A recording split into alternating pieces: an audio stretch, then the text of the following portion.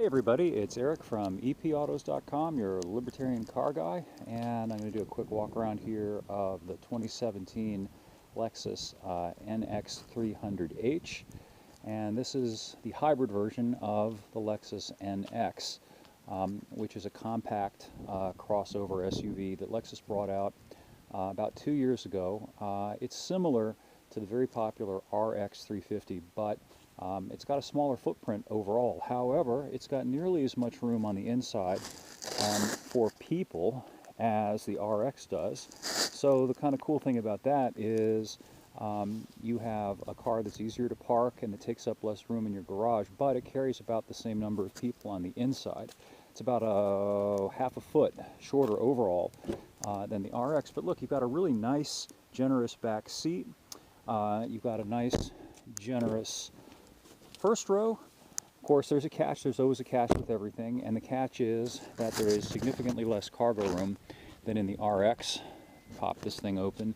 It's got one of those automatic opening gates that opens glacially for safety.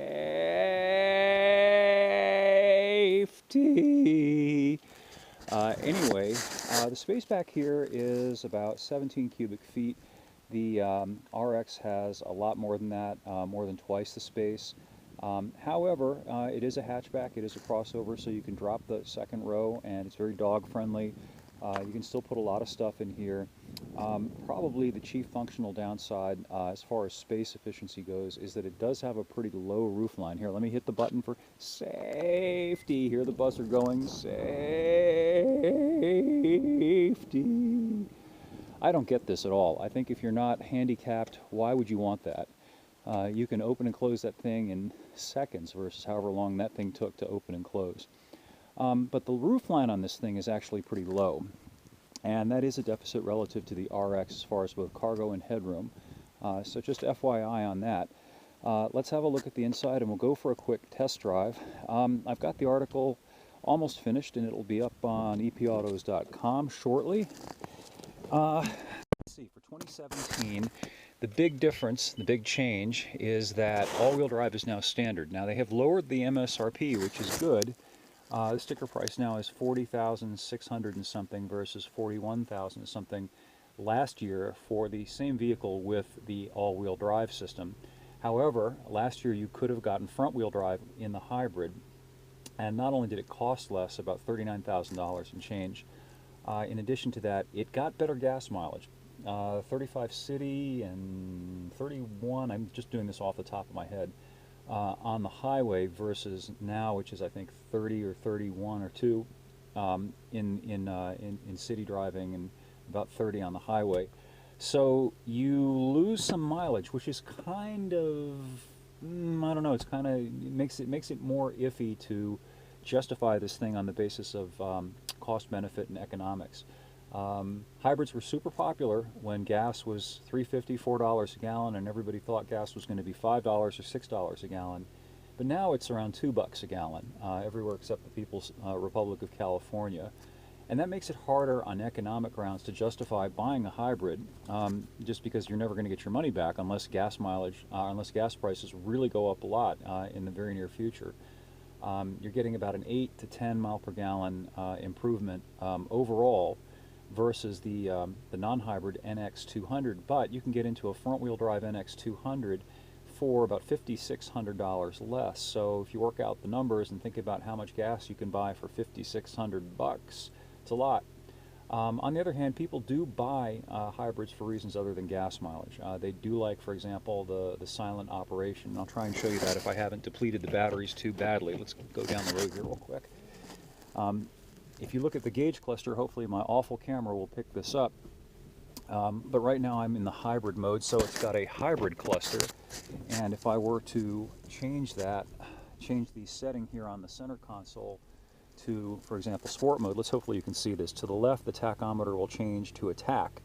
And now I'm going to put it back, and you'll see that it's just a power meter that shows charge, eco, and power.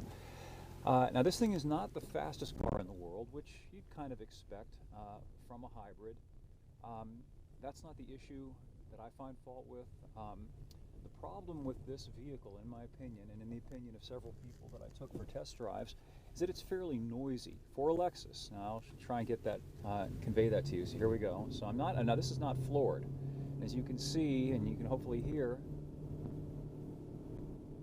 the engine's kind of going wah, and that's because it's got a continuously variable automatic, and because the gas engine doesn't have a lot of beans. So in order to get this thing to accelerate, the CVT transmission lets the engine rev to 2/3 redline with half pedal on the gas pedal. I did not floor it. I just gave it about half pedal and it did that. So there's a fair amount of drone coming from that CVT transmission as you trundle on down the road. And again, that might be okay in a Prius, but it's kind of an issue in a Lexus, I think. Your mileage may vary. You'll want to test drive the car and see for yourself. Like right now, I'm just giving it a little bit of gas, and on the other hand, you know, this is marketed as a sporty vehicle, unlike the RX350, which is intended to really be kind of a big, posh, comfortable cruiser. So some people might like a little bit more drivetrain noise, but be aware of that when you go and take this thing for a drive. Also, you'll want to take it for an extended test drive. Hybrids, including this one, generally perform best as far as gas mileage in city-type stop-and-go driving. That's because they can operate mostly on the hybrid side of the powertrain, that is the batteries and the electric motors. Once you're out on the highway, though, you're running more on the gas engine, and because the gas engine in a hybrid typically is smaller and less powerful, it's going to be working harder. Like right now, you can see, and again, I didn't floor it. I'm just giving it about half pedal. It's going wah.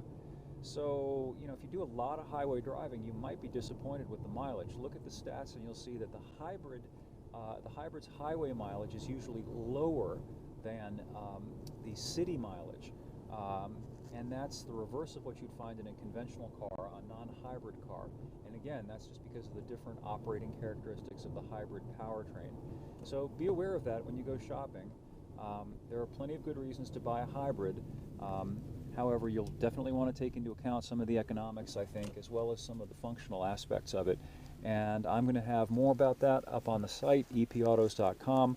Also, wanted to take a quick moment here to thank several people who stepped up recently and supported the site. And also wanted to let you guys know that I'm going to be on Tom Wood's podcast on Monday. Or Tuesday, I think it is. He hasn't told me exactly when it's going to appear. I did the interview a day or so ago, but it should be live on Monday or Tuesday, and I will have an audio file of that up on the site as well. So hopefully you'll get a chance to listen to it and let me know what you think. And thanks for viewing, and thanks for reading, and we will catch up with you again soon.